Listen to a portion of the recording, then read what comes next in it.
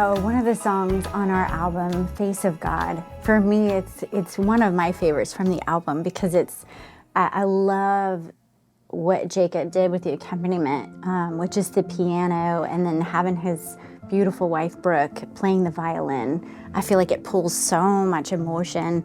One thing I love about this song too is just the simplicity of it, just that image of what would it be like to actually look upon the face of God as an infant and to know that he came to earth to save the world, save humanity from our sin, from our corruption, from, to bring us back to God and to reconcile us to God because we've been separated from sin. I'll never forget Jacob, when we were recording, he told me, he said, remember when your kids were babies? Just the idea of looking into that little face of that little person that's helpless and that needs you and loves you completely and unconditionally, and just hearing like that, the voice of the angels over, in that song, it's an incredible feeling. And I mean, I really got choked up in the studio just thinking of that and thinking of what a beautiful thing that is to love a child and to be loved completely by that child is an incredible thing. When you do music and you do things not just to try to impress somebody or whatever, and you really think about the meaning of the song, which is always what we want to do, we tend to get emotional in the studio. But there was another time we got real emotional when we were singing this song live. The Holy Spirit, I really feel like, just kind of came on. You just got choked up, and I'll never forget you. I was standing behind you, and you were out in front during your part, and all of a sudden I just saw you put your hands out like this, and you dropped your head and stopped singing. And I remember that moment. It's kind of funny. You were having this God moment, and I'm like, uh-oh, what are we supposed to do? And so I started singing an octave lower than I was supposed to be singing your part while you're having this moment with Jesus. And then all of a sudden, I was supposed to be coming up forward to stand next to you to sing my part, but then the dancers rushed and came in at that moment. And then I was like, well, I'm just gonna merge this way. And I walked back up these stairs, and you ended up starting to sing again. But I'll just never forget everything going on and being improvising in that moment. But it was just one of those things. I don't even remember the words at that moment, but I was just so overcome with the emotion of just the power of just God and the beauty of it, and just the beauty of the song and what it is to sing with people and together and to be with people during that concert and just to be worshiping together was such an amazing thing. And in that moment, it's like I couldn't do anything. I couldn't think, I couldn't sing, I couldn't anything, and all I thought was just worship. Just bow your head and just worship. Of course, later my kids were like, were you okay? Was something wrong? And they were like, then we realized that it was the emotion of the moment. Two things it makes me think of is, one, I'm really big on people not letting go of their dreams.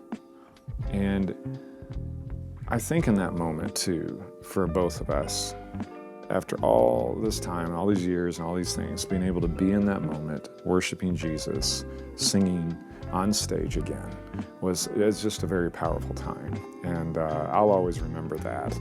And the other thing that it does for me is it reminds me that if we as a group, as Always Hope, if we always put the Lord first and remember that we are singing and we can, in a way, in the Spirit, look into the face of God, like Mary did on that Christmas morning, that will always bring us back to why we do this as a group. And I love that you brought up not giving up on dreams, that's what that made you think of, because a lot of times you'll see what people are doing and these famous people and these artists and all these things, and you think, oh, I could never do that, or I could never speak in public, or I could never this, never that. And we were both at a place in our lives where we weren't really singing anymore. We were getting older, we had families and things. And I was actually at a point where I was struggling vocally. And I thought, you know what? I don't know if just at this age in my life, if I should just quit singing altogether. Like, I'm just not meant to do that as I get older. That's just not something you do when you get older. That's for young people.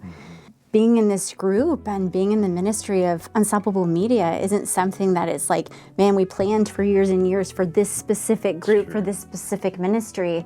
It's something that happened, and with that anniversary project, when we sang together and it worked, and what really blew us away was not just that it was so powerful for our spouses, but that other people, it really hit them emotionally. Yeah. And then they started asking, hey, when are you guys gonna do more stuff together? And so we said, well, let's just start doing stuff and see what happens. So I would encourage you guys to don't give in to your fears and frustrations and thinking, I can't do that, I can't sing, or I can't do that job, or I can't be that person because I don't have the gifts and talents or whatever. Do it. If it's in your heart to do it, try it and see where it goes. What's the worst that could happen? Yeah, don't give up. Yeah. Don't give up. I think people stop, and that's one reason why we're called Unstoppable Media. You know, our music group's Always Hope, but our ministry is Unstoppable Media. You know, people let go of those dreams. And I won't talk about our ages, but let's just say that we're closer to the midpoint than the beginning. If we would have let that be an excuse, then we never would have done any of this stuff. So don't let your dreams die. Be unstoppable. Keep going. And maybe, just maybe, God has more for your life than the life you're currently living. God bless you all.